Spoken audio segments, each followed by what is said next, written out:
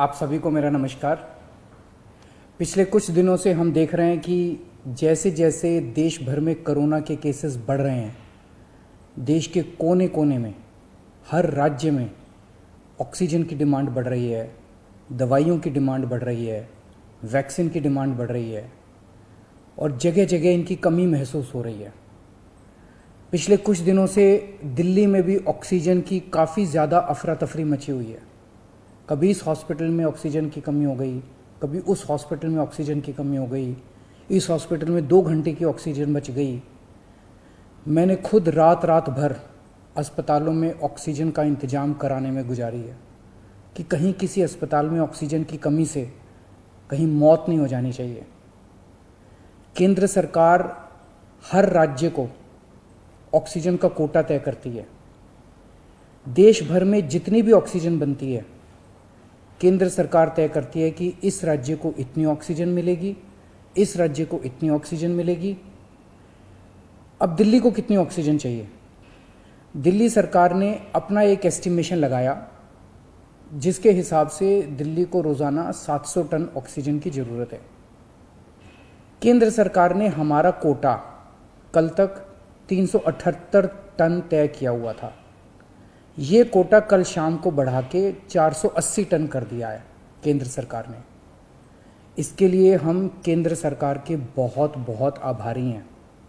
हालांकि हमें अभी और भी काफ़ी ऑक्सीजन चाहिए, लेकिन केंद्र सरकार ने जितना भी बढ़ाया है उसके लिए हम उनका बहुत बहुत शुक्रिया अदा करते हैं। अब केंद्र सरकार ये भी तय करती है कि जो आपके कोटे की ऑक्सीजन है वो कौन सी कंपनी देगी। जैसे दिल्ली में तो ऑक्सीजन बनती नहीं है, दिल्ली की सारी ऑक्सीजन दिल्ली के दूसरे राज्यों से, दिल्ली के बाहर के दूसरे राज्यों से आती है। तो केंद्र सरकार तय करती है कि फलाने राज्य की ये कंपनी आपको इतने किलो ऑक्सीजन देगी, फलाने राज्य की ये कंपनी आपको इतने किलो ऑक्सीजन देगी। मान लो राजस्थान की ये कंपनी आपको इतने किलो देगी, हरियाणा की ये कंपनी आपको इतने किलो देगी। तो केंद्र सरकार कंपनियां तय करती है कि किस कंपनी से दिल्ली को अपने कोटे की ऑक्सीजन आएगी।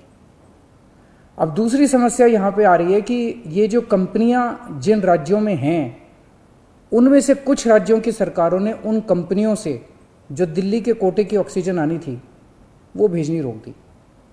राज्यों ने कहा कि पहले हम अपने राज्य में इस्तेमाल करेंगे, दिल्ली का कोटा भी हम इस्तेमाल करेंगे, दिल्ली के जो ट्रक हैं वो जाने नहीं देंगे। लेकिन मैं केंद्र सरकार का और दिल्ली हाई कोर्ट का शुक्रिया अदा करना चाहता हूँ। पिछले 2-3 दिन के अंदर उन्होंने हमारी बहुत मदद की है, जिसकी वजह से अब ऑक्सीजन दिल्ली पहुँचने लगी है। जो जो दिक्कतें आ रही थी, हम लगातार पिछले 2 दिन से एक मिनट टू मिनट, मैं खुद, मनीष जी, मैं, हमारे सारे ऑफिसर्स केंद्र सरकार के लगातार संपर्क में थे। परसों रात को मुझे याद है जब जीटीबी हॉस्पिटल में वहाँ का ट्रक एक पड़ोसी राज्य से चलना था पर वो चला नहीं, जीटीबी ऑक्सीजन में आनी थी ऑक्सीजन, तो एक केंद्रीय मंत्री को हमने फ़ोन किया और उन्होंने तुरंत वहाँ पे बात करके उस ट्रक को वहाँ से छुड़वाया। हम लगातार संपर्क में हैं, एक ट्रक को अस्पताल पहुँचाने की कोशिश कर रहे हैं। हम सब लोग 24 घंटे काम कर रहे हैं, सोई नहीं है। हाई कोर्ट और केंद्र सरकार से जो मदद हमें मिली है उसके लिए तहे दिल से हम उनका शुक्रिया अदा करना चाहते हैं। जो कोटा हमारा बढ़ाया गया है अभी ऑक्सीजन का, उसमें उड़ीसा से काफ़ी ऑक्सीजन आनी है, तो बढ़े हुए कोटे की ऑक्सीजन को भी दिल्ली पहुंचने में कुछ दिन लग जाएंगे। हम कोशिश कर रहे हैं कि अगर हो सके तो हवाई जहाज के जरिए उड़ीसा के से ऑक्सीजन लाई जा सके। जब हमने लॉकडाउन लगाया था, मैंने आपको बोला था कि ये 6 दिन का जो लॉकडाउन है, ये 6 दिन हम आराम नहीं करने वाले, हम 24 घंटे काम करेंगे। इन 6 दिनों को हम इस्तेमाल करेंगे दिल्ली के हेल्थ इंफ्रास्ट्रक्चर को और सुदृढ़ करने के लिए। इन 6 दिनों में दिल्ली में जो ऑक्सीजन की कमी है उसको ठीक करने के लिए, दिल्ली में जो बेड की कमी है उसको ठीक करने के लिए, और हम 24 घंटे लगे हुए हैं दिल्ली के हेल्थ इंफ्रास्ट्रक्चर को और इम्प्रूव करने के लिए। इस लॉकडाउन के 6 दिन जो हमें मिले हैं, इन 6 दिनों में हम पूरी कोशिश कर रहे हैं। एक और बात, ये बहुत बड़ी आपदा है। इस आपदा में अगर हम सारे लोग हरियाणा, पंजाब, तमिलनाडु, गुजरात, पश्चिम बंगाल इसमें बट गए तो भारत नहीं बचेगा। इस वक्त हमें एक दूसरे की मदद करनी है, हमें भारतीय बनना है, हमें इंसान बनना है। देश के लोग आज सभी न्यूज़ चैनल पे देख रहे हैं कि दिल्ली में आने वाला ट्रक किसी और राज्य ने रोक दिया, मध्य प्रदेश में जाने वाला ट्रक फलाने राज्य ने रोक दिया।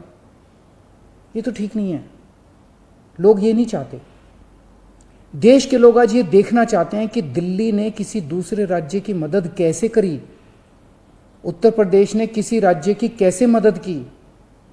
हम एक साथ मिलके आपदा से लड़ना है हमें, तभी भारत बचेगा। अभी तो समय ये है कि उत्तर प्रदेश वाला दिल्ली की मदद करे, दिल्ली वाला हरियाणा की मदद करे, हरियाणा वाला बिहार की मदद करे, बिहार वाला गुजरात की मदद करे। हम सारे लोग अगर एक दूसरे की मदद करेंगे तभी तो भारत बचेगा। और अगर इतनी मुश्किल घड़ी में भी हम सारे एक दूसरे से लड़ने लग गए तो अगर भारत राज्यों में बट गया इस समय तो फिर भारत को कौन बचाएगा। मेरी सारी नागरिकों से अपील है, सारी सरकारों से अपील है कि आइए मिलके एक होके लड़ते हैं।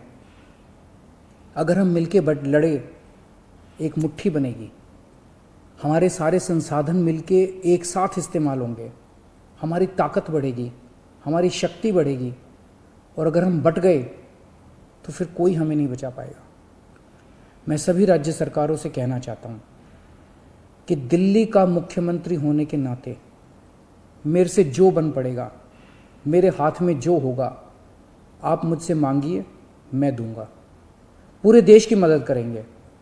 अगर दिल्ली में हमारे पास ऑक्सीजन ज़रूरत से ज़्यादा होगी तो हम दूसरे राज्यों को ऑक्सीजन देंगे। अगर हमारे पास किसी दवाई की ज़्यादा मात्रा होगी तो वो भी हम दूसरे राज्य के साथ बांटेंगे। और जब दिल्ली में कोरोना कम होगा और किसी दूसरे राज्य में डॉक्टर्स की ज़रूरत हुई, हम वहाँ डॉक्टर्स भी भेजेंगे।